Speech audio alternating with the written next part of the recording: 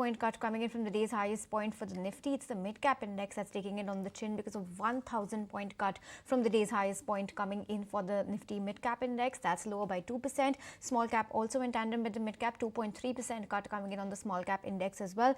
Sensex is also tanking, so it's a color of red. It's a shade of red across our markets today. India Wix up another 0.3% today.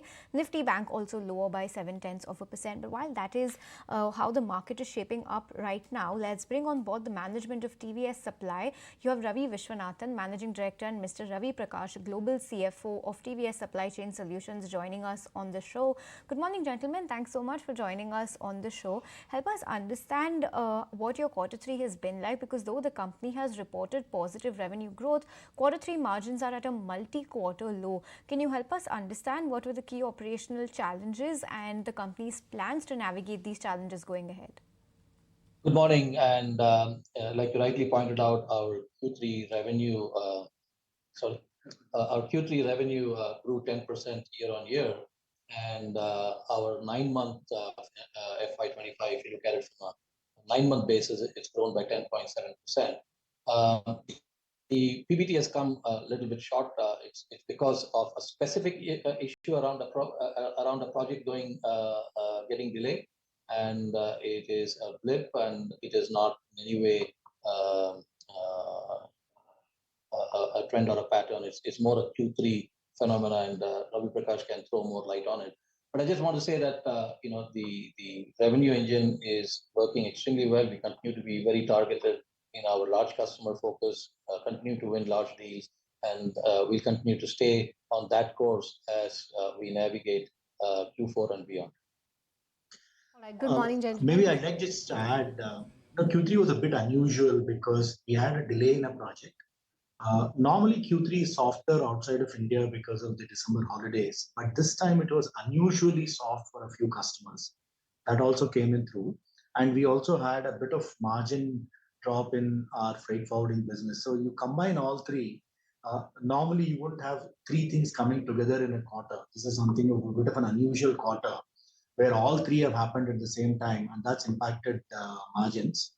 And that's why we are saying that this is not a trend or a pattern. It's something that we expect to get back to from.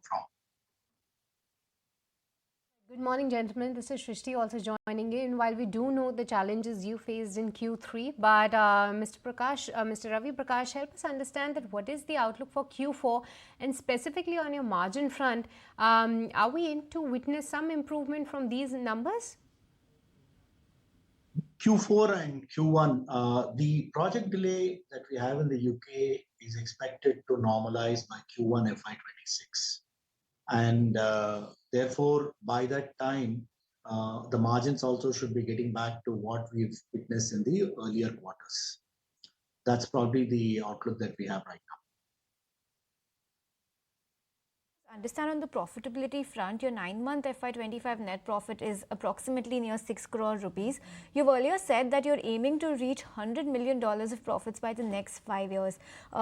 Could you tell us if you are on course to achieve that, and what are going to be the key growth drivers to achieve this as well? I think if you look at from a segmental perspective, the integrated supply chain solution continues to grow on its momentum. We are continuing to see positive revenue growth, and our target is to get to about 10.5% margin on the integrated supply chain side, the EBITDA margins. On the network solution side, we have seen very impressive revenue growth. We need to continue on our focus to build on our margins. In the short term, we said that we are looking at getting the EBITDA numbers to about 7% on the network solution side, and in the medium term, get it to about 9%. So yes, the company continues its focus. We are absolutely focused on delivering 4% PBT in the medium term. But Mr. Ravi, also give us a sense that how do you see the geopolitical news flow impacting the trade, as every day we get to hear the US tariff war affecting so many different sectors. So for your sector specifically, what kind of a likely impact do you foresee for the trade as well as on the industry wide? What could be the implications? Do you foresee any impact on the financials as well? No, we are keeping a very keen look on those tariff battles, if you want to call it. One thing I want to say is that we don't have a very strong China-US lane, so we don't operate in that lane. But we are keeping a close look on the China-Europe and China to rest of the world from a trade perspective. We are keeping a very close look, like everybody else. It is something which we don't have probably any certainty. These are very early days and it is evolving. Does it pose a risk? It will pose a risk on global trade, and that will have an impact specifically on the GFS or the global freight business. But what exactly it is and when it will pan out is something which we'll have to have a close look. But like I said, I think we are slightly de-risked by the fact that we don't operate China-US. Okay, and also earlier you had mentioned that you're confident of achieving double-digit growth. Now for 9 months FY25, the company has reported 11% top-line growth, which is on the lower end of double digits. Do you expect mid-double-digit growth in Q4 and FY26? Can we expect some improvement from this 11% number? I would say that we have been very focused on double-digit growth. We continue to be on that. Of course, the company's focus is to get to somewhere in the mid-teens, and that's what we are driving towards. We have a very strong order book. It's almost amounting to about annualized revenue of about 4,500 crores. So it gives us very, very strong confidence looking at where we would be in the medium term. So our goals remain the same. I think we are comfortable that we are at about 11% revenue growth, and we will march towards the mid-teens number in the medium term.